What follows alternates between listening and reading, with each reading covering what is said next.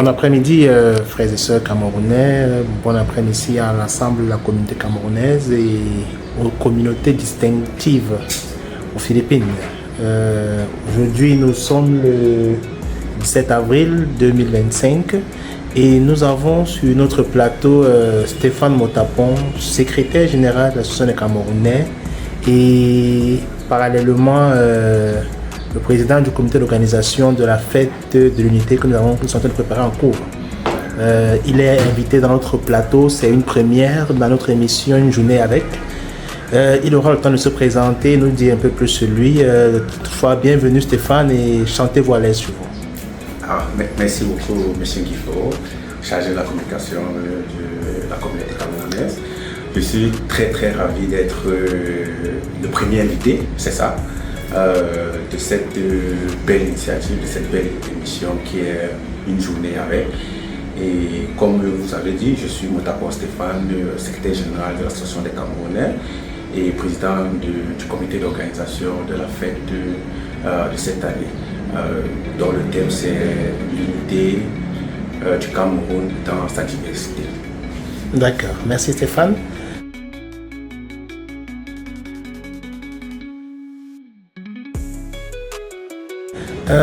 Sans plus tarder, nous allons passer à la première question qui est sur le fonds de roulement. C'est quoi le fonds de roulement de l'Association des Camerounais? Est-ce qu'il est obligatoire? Est-ce que les membres de l'association ont un montant à donner? Est-ce qu'il est mensuel, annuel? Et est-ce qu'il impacte sur le bon fonctionnement de l'Association des Camerounais aux Philippines? Ok, merci beaucoup pour cette question. Je vais commencer à répondre par la fin.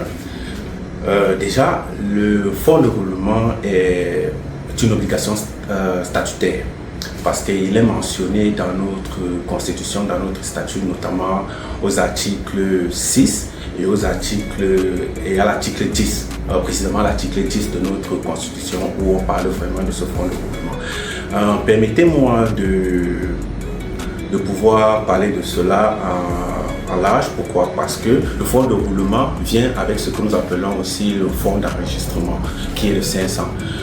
Donc, pour être membre actif de l'Association des Camerounais, il faut débourser une somme de 1000 pesos qui est divisée en deux, c'est-à-dire 500 pour un fonds d'enregistrement qui est à vie et 500 notamment pour un fonds de roulement qui est annuel. Je pense que ça répond à votre question de savoir s'il était mensuel ou annuel. Qui est annuel, qui doit être renouvelé chaque année. Et ces fonds sont obligatoires. Le fonds de roulement est obligatoire. Pourquoi? Parce que c'est ce fonds qui permet à l'association de pouvoir mener à bien ses activités. Nous avons par exemple le renouvellement des documents de l'association que nous devons faire chaque année. Et c'est par ces biais-là que l'association peut renouveler ses documents. Nous avons d'autres activités qui permettent à ce que l'association puisse fonctionner. C'est ce fonds de roulement qui permet, comme son nom l'indique, qui permet à ce que l'association puisse rouler à bien, l'association puisse fonctionner à bien, qui permet à ce que le bureau exécutif puisse faire un certain nombre de déplacements ou bien des activités. Par exemple, nous avons peut-être, lorsque l'association organise peut-être l'assemblée générale, il y a ces fonds-là qui peuvent venir en soutien. Donc c'est une obligation pour tous les membres. Et ces fonds de roulement, d'après nos statuts, doivent être renouvelés chaque début d'année, entre janvier et février. Donc c'est pour moi une occasion d'inviter les membres, les Camerounais de l'association de renouveler leur fonds de roulement. Au début de mon propos, j'ai dit que c'était cité à l'article 6 aussi. Lorsque je parlais de l'article 6, c'est pourquoi? Parce que c'est une obligation statutaire et lorsque nous ne renouvelons pas notre fonds de roulement, nous perdons automatiquement un certain nombre d'avantages de membres. Et nous n'aimerons pas qu'un certain nombre de membres puissent tomber dans ce vase-là. C'est pour ça que nous appelons à la responsabilité de tous les membres de pouvoir s'acquitter de leurs droits. Merci, monsieur. D'accord, merci beaucoup. Nous allons passer à la deuxième question. Ok, merci déjà Stéphane pour ces réponses, pour ces éclaircissements sur le fonds de roulement. Nous invitons donc tous les membres à s'acquitter de leur devoir qui est de 500 pesos par année. Ça nous conduit à la deuxième question qui est une innovation que l'association a mise sur pied, les ID. Les ID number, parce que les ID cards ne sont pas encore disponibles, mais l'association a pensé à mettre sur pied les ID. Qu'est-ce que vous pouvez nous en dire concernant ces ID? À quoi est-ce qu'ils serviront aux Camerounais et à l'ensemble de la communauté camerounaise ici aux Philippines? D'accord. Oui, en fait, comme vous avez dit tantôt, c'est une nouveauté. Et ces ID, ces numéros d'identifiant unique que nous avons mis sur pied est un niveau élevé de sécurisation des données des membres de l'association qui va déboucher à ce que vous avez dit, les cartes de chaque membre. Pourquoi ces ID? Nous avons constaté que nous gérons les données personnelles des membres et à chaque fois utiliser leur nom ou bien chaque fois qu'ils ont besoin peut-être d'un service, il faut peut-être qu'ils puissent donner leur nom. Ce n'est pas vraiment sécurisant et c'est pas sécurisé parce qu'il faut aussi respecter la loi sur la sécurisation des données personnelles des personnes, si je peux me répéter ainsi. Donc ces ID-là vont permettre à ce que lorsque un membre a besoin d'un service, il aura juste besoin de fournir ce numéro d'identifiant unique qui va permettre à l'association ou au bureau exécutif d'entrer dans la base de données et pouvoir retrouver la personne. Et aussi, ça permet aussi de garder ce que nous appelons l'anonymat. Et c'est un niveau de sécurité ou bien de sécurisation des données des membres de l'association. Et comment faire pour entrer en possession de ces ID-là? Il faut juste contacter le secrétaire général dont je suis. Et à partir de là, nous allons vous demander un certain nombre d'informations que vous allez nous fournir et nous allons vous remettre votre numéro d'identifiant unique. Ce numéro d'identifiant unique vous servira aussi à vous enregistrer. Ça me permet d'embrayer sur quelque chose qui va arriver bientôt, sur la visite de l'ambassade. Et ça va permettre à ce que les membres de l'association puissent déjà remplir le formulaire. Ils vont accéder à cela et ça va donner certaines différences entre ceux qui sont membres et ceux qui ne sont pas membres et le traitement qu'ils auront aussi. Ce numéro d'identifiant unique aussi permettra, lorsque nous aurons peut-être des demandes à faire au niveau de l'ambassade, elles nous serviront aussi à ce niveau-là à pouvoir faire ces demandes. Et elle permettra, comme je disais tantôt, à sécuriser au plus vos données personnelles pour que les gens ne puissent plus avoir accès à cela n'importe comment. Vous savez, nous sommes dans l'ère du numérique, il y a du hacking et c'est pas bien de fonctionner avec les informations des personnes ainsi. D'accord, merci bien. Oui, Stéphane, merci déjà pour ces réponses. Je pense que dans tes propos, tu as mentionné quelque chose de très intéressant, la venue diplomatique. À ce que je sache, il y a un site internet qui a été conçu, il y a une page internet qui a été conçue pour ça, pour que les Camerounais s'enregistrent. Mais néanmoins, peux-tu nous en dire plus sur cette visite diplomatique?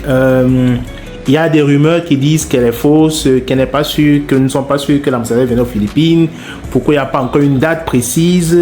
Ou bien c'est juste le show-off que l'association, que le nouveau bureau a voulu faire et tout le reste? Qu'est-ce qu'il en est exactement de cette venue diplomatique ici aux Philippines? Ok, d'accord, merci. Déjà, vous nous savez assez sérieux que nous ne blaguons pas avec un certain nombre de choses, surtout pas avec ce type d'informations. Et nous savons aussi que le plus gros problème que les Camerounais rencontrent ici aux Philippines, c'est le renouvellement de leur dossier ou bien de leurs documents administratifs et consulaires. Donc nous ne pouvons pas blaguer avec ce type d'information. Déjà, cette information est vérifiée et elle est authentique. Donc il y aura une visite de la mission diplomatique, notamment de l'ambassade du Cameroun auprès de la République populaire de Chine, ici aux Philippines, pour le renouvellement des documents administratifs et consulaires des compatriotes résidant ici aux Philippines. Oui.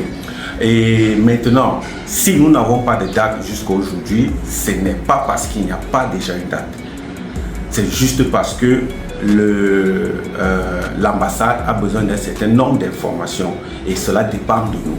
Pourquoi? Ils ne peuvent pas se déplacer juste parce qu'il faut qu'ils se déplacent. Parce que s'ils se déplacent, c'est pour résoudre un problème. Et quel type de problème? Donc c'est pour cela qu'ils ont besoin d'un certain nombre de données, notamment le nombre de membres qui ont besoin de renouveler leur passeport, les membres qui ont des difficultés peut-être sur les documents administratifs, notamment les actes de naissance des enfants, ou bien la légalisation de leur diplôme, la légalisation de leurs actes de mariage, donc ce type de choses. Et comme vous avez mentionné tantôt, il y a un site internet qui a été créé, le site internet de l'association. Et dans ce site internet, il y a un formulaire qui a été créé spécialement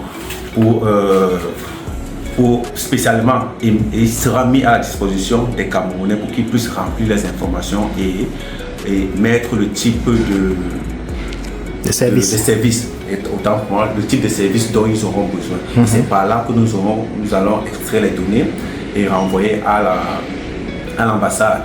Et c'est à partir de là qu'ils pourront s'organiser normalement afin de savoir quel type de matériel ils vont venir ici, quel type de problème ils vont rencontrer ici et qu'ils pourront résoudre, et le nombre de personnes qu'il va falloir déplacer, et aussi le nombre de jours que cette mission pourra faire ici aux Philippines. Donc c'est dans ce sens-là. Donc soyez-en sûrs, c'est une information vérifiée, elle est authentique, et la mission diplomatique sera ici aux Philippines très très bientôt. Mais cela dépend aussi de nous. Donc j'invite tous les Camerounais à être les ambassadeurs de cette belle information et de cet événement, si je peux le dire, afin qu'il soit un succès énorme pour que tout le monde puisse en bénéficier. Merci. D'accord.